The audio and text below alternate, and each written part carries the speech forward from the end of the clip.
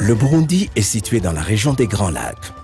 Il est à cheval entre l'Afrique centrale et l'Afrique de l'Est et sa population est estimée à 12 millions d'habitants. Après plusieurs décennies de conflits qui ont fragilisé la santé des Burundais en général, et plus particulièrement celle des mères et des enfants, le Burundi a élaboré en 2005 une politique nationale de santé qui donne des orientations et des stratégies en vue d'améliorer l'état de santé de sa population. La politique nationale de santé 2005-2015 visait plusieurs objectifs dont la réduction de la mortalité maternelle et infantile, la réduction de la malnutrition, assurer l'accessibilité de la population aux soins de santé de qualité en vue d'une meilleure utilisation, assurer un cadre légal et réglementaire pour un système de santé orienté vers les services de santé accessibles à tous, assurer l'organisation, le fonctionnement et la coordination du système national de santé favorable à l'implication active des communautés. Pour atteindre ces objectifs, plusieurs réformes ont été menées depuis 2005, entre autres. La gratuité ciblée des soins chez les femmes enceintes et les enfants de moins de 5 ans, ainsi que la contractualisation des services de santé par le mécanisme de financement basé sur la performance, FBP en sigle. Leta y'Uburundi yarafashe umugambi mwiza wo kuvuza ku buntu abana bari munsi y'imyaka 5 turavye ingwara nyinshi zirakarira abana bari munsi y'imyaka 5 usanga ari umuzigo munini ku bavyeyi n'imiryango kandi bitaye ko yarongeye ko undi mugambi mwiza wo gufasha kuvuza abakenyezi bibungenze n'abibaruka ku buntu. Ivyo navyo vyavuye na cane yuko leta yari yabonye yuko abavyeyi benshi bataja kwa muganga kwibarakura kwa muganga bivuye ko ibisaba uburyo bwinshi kandi bigatuma ingaruka mbi zarimo nuko benshi bashobora kwitaba Imana bariko baratanga ubuzima mu mihani wabo ikambere n'abana kavuka bigoranye canke bagashobora gupfa bivuye yuko batagiye ahantu hameze neza. Kandi byaraboneka yuko no kwa muganga bashoboye gushikayo na cane abene gihugu babirimizi wasanga bishitse nk'umuvyeyi bakamukora byasaba uburyo bwinshi ugasanga rero aciye afungirwa mu bitaro kubera atashoboye kuriha canke bigasaba yuko umuryango ugurisha gatongo wari ufise canke ibitungwa. Ivyo vyatuma rero bigira ingaruka mbi ku buzima bw'abene gihugu. Nico bituma dushima yuko dushimira leta ko yafashe ingingo nziza ifasha abene gihugu. La réforme FBP et gratuité a permis une séparation des fonctions en clarifiant les missions, les responsabilités et les tâches spécifiques de chaque acteur. La fonction de régulation est assurée par le niveau central du ministère de la Santé publique et de lutte contre le sida, à travers la Direction générale des services de santé et de la lutte contre le sida, via la cellule technique nationale FBP, ainsi que ses structures décentralisées, composées par les bureaux provinciaux de santé et les districts sanitaires. La fonction de vérification est assurée par les comités provinciaux de vérification et de validation. La fonction de prestation est assurée par les formations sanitaires publiques et privées, les organisations de la société civile offrant des services de santé, les groupements d'agents de santé communautaires. La fonction de financement est assurée par le gouvernement et les partenaires techniques et financiers, dont la Banque mondiale, l'Alliance globale pour les vaccins et l'immunisation Gavi et KfW, l'Union européenne via ENABEL, l'Agence belge pour le développement, soutiennent le gouvernement du Burundi pour la mise en œuvre de cette réforme. Dans le cadre de la réforme FBP et gratuité, un paquet de gratuité est offert aux femmes enceintes par les formations sanitaires ayant signé des contrats avec le ministère. La gratuité chez ces femmes porte tous les soins de pathologies liées à la grossesse. Il s'agit du paludisme, l'hypertension, diabète, infection urinaire, menaces d'accouchement prématuré, fistules obstétricales et toute autre complication du pré- et du postpartum apparue dans les 42 jours suivant l'accouchement. Imisi yose ngaha yo abakenyezi baje bagana ivuriro ubwa mbere na mbere harabaho inyigisho ntungamagara. Turagira inyigisho ntungamagara kugira tubamenyeshe akamaro ko kwipimisha imbanyi icyari cyo na cyane muri iki gihe cya none. Umukenyezi tukamuhimiriza kwipimisha imbanyi hakiri kare imbanyi bitararenza amezi 3. hanyuma tumaze kumenya yuko afise imbanyi tugakurikirana amagara yiwe mu buzima bwiwe bwo kwibungenga kudukurikirana ubuzima bw'umuvyeyi n'ubw'umwana asanzwe afise hehe mu nda.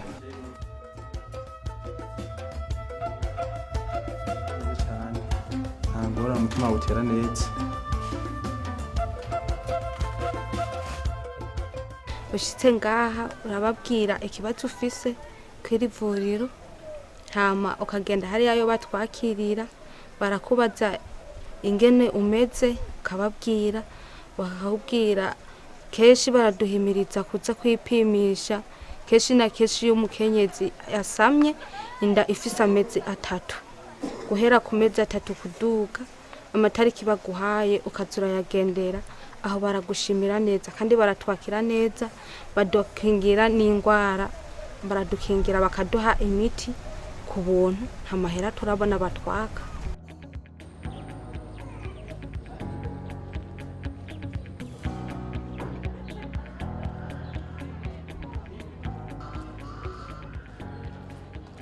Batuvura ku buntu bagagenda shima je kuva ntwaye no mbanye n'ukuri nta musi numwe ntategwa amaserumu, yani mazindwi indwi kwirikira mba ningaha ku bitaro kandi shikabana n'amasemu hari musi muravuga ati ngo genda ugura umuti kuri farumasi ya baramvura akashigiye bakankona bakavuga ati wakiza nyuma nkataha nikuje ku ruhande rwanje mva simwe yavuga ati nguyu ngo cyankuje ku ruhande rwanje nikuje ndashima nikuri ndashima cyane.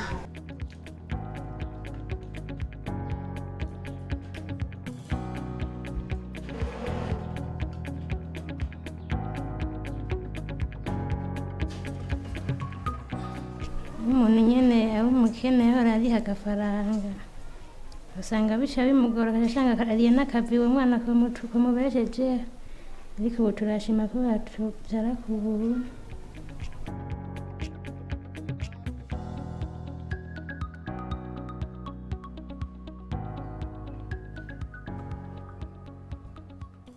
Umugwayi iyo ashitse kw'ivuriro kw'ivuriro bakabona ko hariho ibintu badashoboye na cane cane ko usanga hariho ibikoresho badafise n'ibindi badashoboye gukora, ikibagoye nabo abagwayi baca babarungika ku bitaro. Abahora bapfa kera kubera bariha amafaranga ubu bariko barakira. Mwasanze tubiye no gukora umugore yaje turamutwara muri bloke twamukoze nta nihera rimwe yatanze, ubafise akabebe ameze neza nawe nyene. Ivyo vyose ni kwera umugambi, ubundi yaba tubatangisha amafaranga murabona ko bitari vyoroshe nk'umuntu kumutwara muri bloke kumukora, murazi ko bitwara ibintu byinshi, bitwara amafaranga menshi. Umunsi ndimfata yaramfashe numva byahindutse uko nahora sikomeze, hanyuma rero ndabwira umuremesha kiyago tije numva bihindutse kweri, asharamperekeye yaciye avuga ati ntiwoguma ngaho tiho kinda guherekeze kwa muganga, asharamperekeza hama turazanana. Narinje gusuzumisha uruguma nyene ko bari kwiza kubera abangiriye sezariyene, tuzananye hano bahise banyakira neza kweri, sinovuga ngo banyakiriye nabi. Bacha babona rero kuba ku mwana wa mbere bandi bangiriye sezariyene, bacha bavuga ati ntitwoshobora kukwakira, tari gihe hoshobora kugira ingorane mu nyuma zikurikirana, teka tukurungike ku bitaro bikura. Cha barandonderera ambirasi hanyuma kiranjana.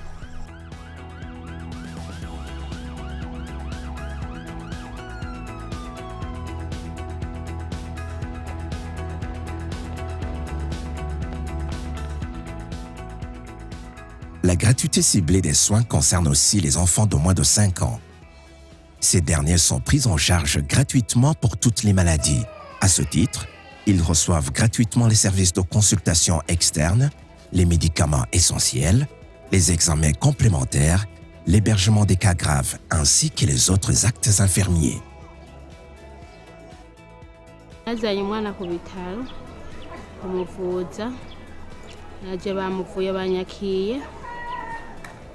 Amuvujije nagenda ndamwiganira ingwana kuntu yafashwe, ndamubarira byose, amacaranyandikira, ndagenda ndasinyisha, genda baramufata amaraso, bamufasha amaraso, baramutora malari, bamutoye malari baranyandikira imiti, ngenda kuri farumasi,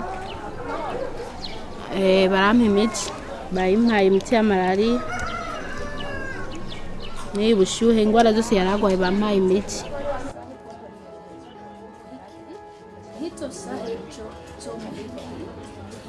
Batwandikiye hama tuja kwa muganga hama aradupima hama rero tuza gufatisha amaraso.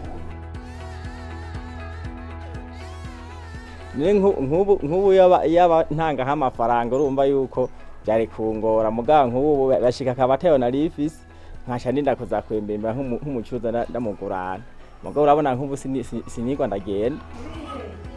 Ndashima cyane ingene badukurikirana bakadukurikirana ku buntu barankurikirana uyu mwana ku buryo imiti bariko baramuhata amafaranga nayo kuronka noyigura bayimpaye ku buntu.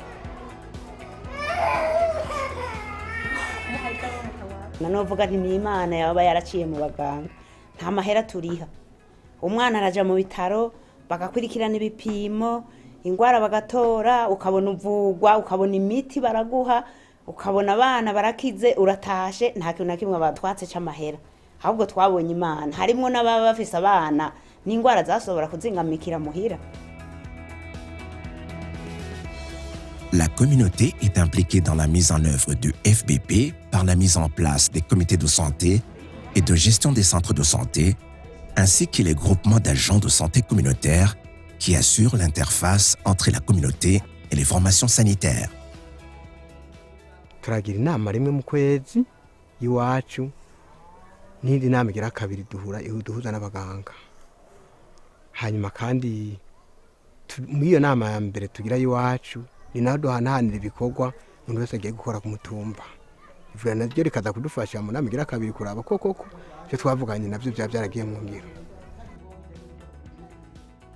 Komite de santé ijejwe kumviriza icabene gihugu bavuga ku ivuriro hama natwe tukaza tukagishirikiriza mu ivuriro kugira abaganga nabo baheze bagikorereko nimba ari ikintu bifuza bana ko cogenda neza bagaheza nabo bakagikorerako na cyane mu gihe hashobora kuba hariho nk'imyidogo twe turaza tugaca tubibwira abaganga hanyuma iyo myidogo igahera abene gihugu bakabona koroherwa muri ico gikorwa baba basavye.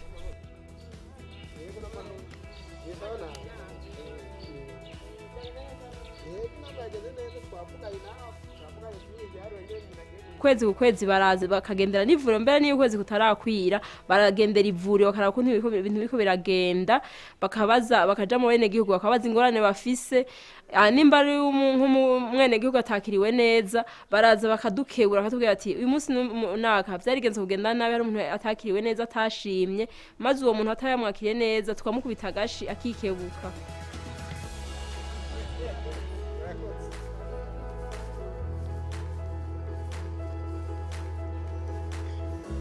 Les agents de santé communautaire participent dans la prévention, le diagnostic et le traitement de certaines pathologies comme le paludisme, la diarrhée et la pneumonie. Mu kibano bwa mbere hari habaremesha kiyago barahimiriza yuko umuntu wese n'uwaba atari mu yamugwi yumvise akamubakiye aja kwa muganga akitura abavuzi. Mbere abo baremesha kiyago turabasaba yuko banaherekeza abo bantu akamurwara akamushikana kwa muganga akabona yuko amushikirije umuvuzi. Bibaye ngombwa akamwandikira n'urupapuro rwerekana yuko amurungitse kwa muganga niyo yabamuherekeje ama kwa muganga amushikanye kwa muganga baraheza bakamwakira bakamugirira ibyangombwa bakurikije ingorane uwo muntu aba afise.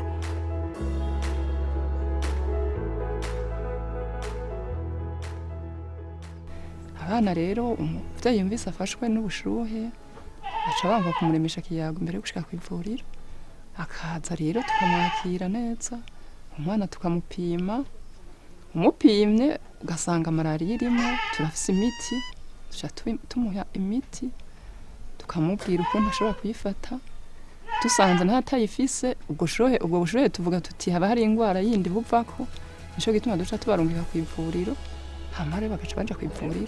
Rero inyishu twamaze kuyironka nta malariya dusanze umwana arwaye ahubwo icyo ndagufasha coco wenda kwandikira hanyuma uca kubivurira rero iyo umugabo nta murongo oya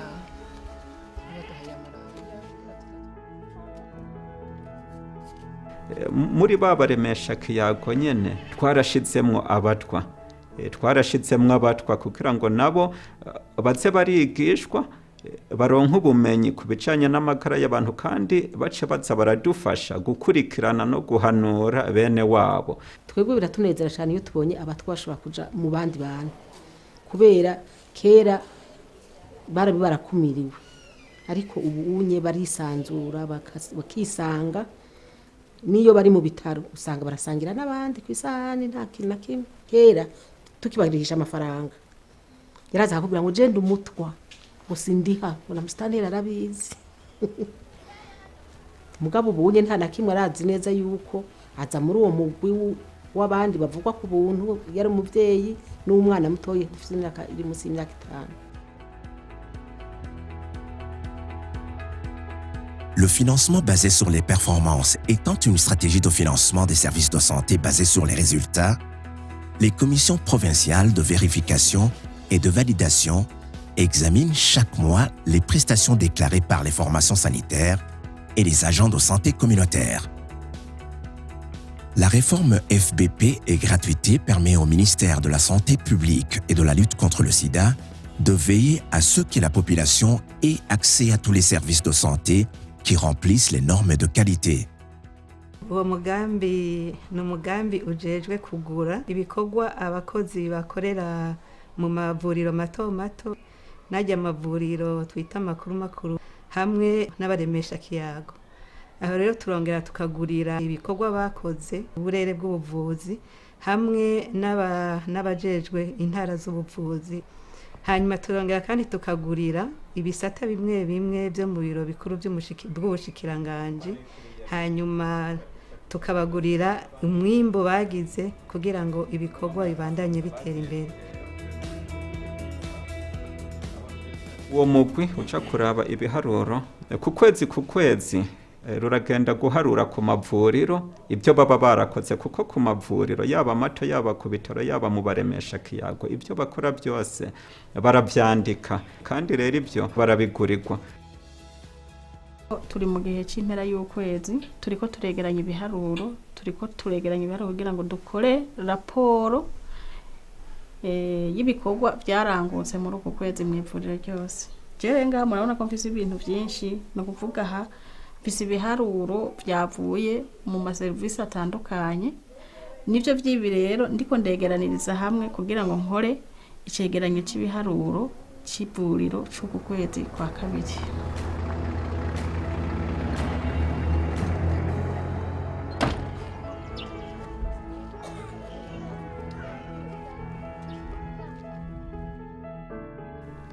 Turagenda ukwezi nukuvuga ko iyo irakora ukwezi guheze gacha ivuga ati twe twakoze ibi twece tugira tuba dufise ivyo ministeri yadutumye tuyirabira ko ari vyo tugashikayo uburyo uraduhereza tugashikayo tugatora ibitabo tugaharura igitabo kimwe kimwe kindi gushika tuheze. Pour s'assurer de l'authenticité des données déclarées par les formations sanitaires et de la qualité des prestations, la Commission provinciale de vérification et de validation collabore avec les associations locales pour mener des enquêtes au sein de la communauté.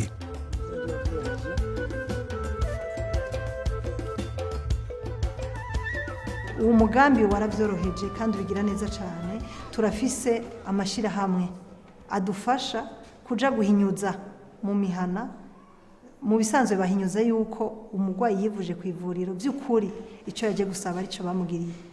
Hama icya kabiri iryo toza bagira baramenyamo yuko umwene gihugu ashima. Hama icya gatatu bahora turaba yuko mu bisanzwe hari gihe usanga avuze ati nagiye kuvyara nabo kwivura kwa bamushize yuko yaje kwivuza bisanzwe. Nivyo byose turabihinyuza.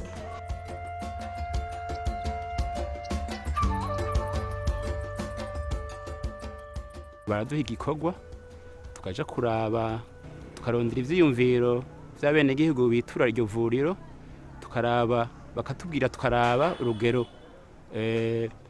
urugero ivuriro rigerako kubavura kubafata neza urugero rw'ingena abenegihugu bashima ngena iryo vuriro ribakira n'ingene ribavura hanyuma ikindi badutuma turaraba ko koko abenegihugu ko bituye iryo vuriro ko bari mu bitabo bavuwe n'iryo vuriro.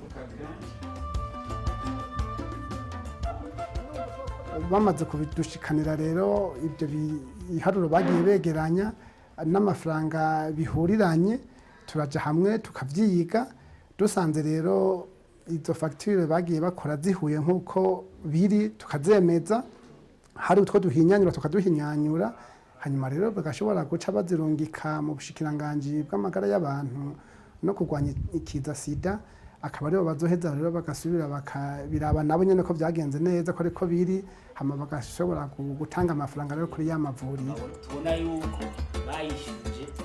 Le FBP a permis de renforcer la gestion, l'autonomie et l'organisation des structures de soins. Grâce à l'achat des prestations, des formations sanitaires disposent désormais d'un budget qui leur permettent de se procurer notamment des nouveaux équipements et matériels médicaux, des salaires pour leur personnel et parviennent à construire des nouvelles infrastructures ou rénover celles qui sont vétustes.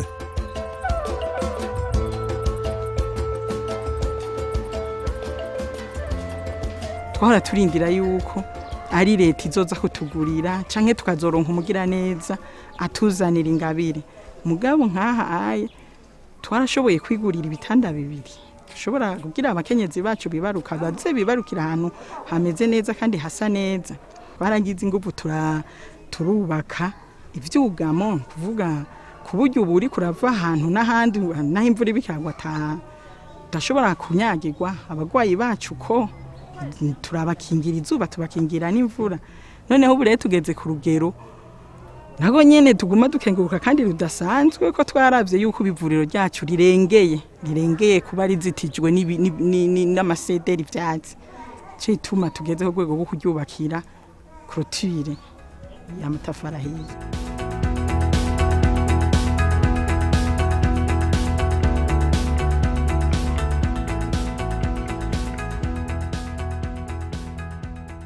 uwo mugambi watwaje byinshi nk'ivuriro turunguka kubera ko twebwe n'ivuriro varisa n'ibyigenga mugabo abakozi nabo twihembera nitwe tubihembera dufite abakozi kandi bakwiye ko ari benshi twe tubahemba turonka umushahara wo kubahemba kandi tukaronka n'imiti ngaha dufise amatara ya rigide zo mugabo turakoresha pano solaire muvuga amatara y'umuyaga nkuba ibyo byose twabishoboye kubera ko twakoresheje ubwo buryo nyene bagiye batugurira. La réforme FBP couplée à la gratuité ciblée des soins a permis d'enregistrer des avancées notables en matière d'utilisation des services de santé, d'amélioration de la qualité des soins et de renforcement des piliers du système de santé de manière globale.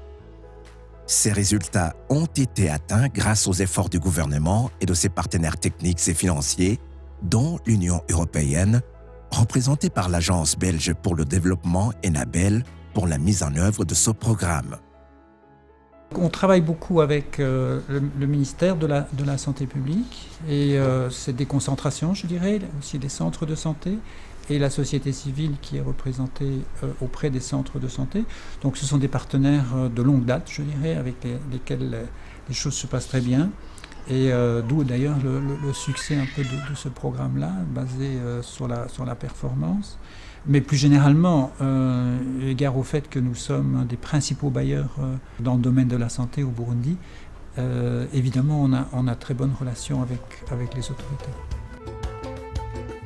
Il y a deux priorités essentiellement.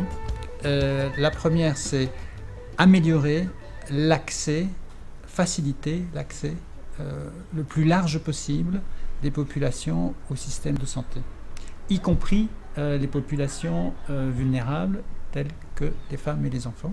Ça, c'est la première grande priorité.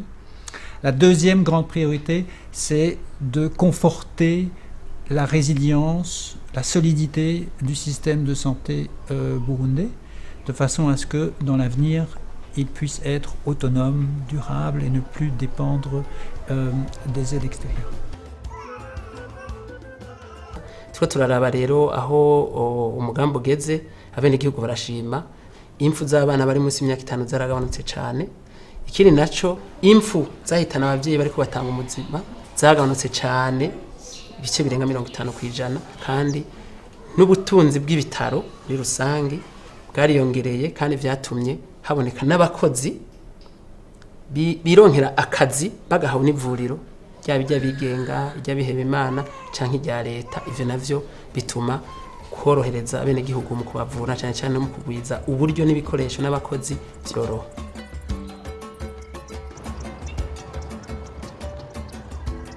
L'argent qu'on a investi dans ce programme-là a été bien géré et à bon escient. Je pense qu'il a été bien apprécié par les populations. Je crois que c'est quelque chose qui fait partie un peu maintenant de la personnalité des Burundais. Ils ont cet acquis-là.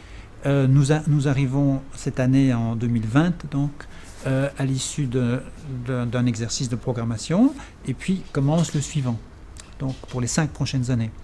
Donc là, il est important de voir en concertation avec les autorités, évidemment, et en conformité aussi avec le plan national de développement, ce genre de dossier prioritaire dans le domaine de la santé, ce qu'elles souhaitent faire et si elles veulent encore aller de l'avant pour appuyer ce système-là. Umugambi muri wa mugambi w'iterambere w'imyaka 10 pende ico gisata kirimwo. Rero twebwe nko mushikiranga cyo dutegekanya nuko inzego zijejwe gushira mu ngiro umugambi tuzikomeza hanyuma dushikire ryahangiro nyamukuru yuko mu Burundi ata muntu numwe azoshobora kuvunika agiye kwivuza canke ngo abure ingene yivuza.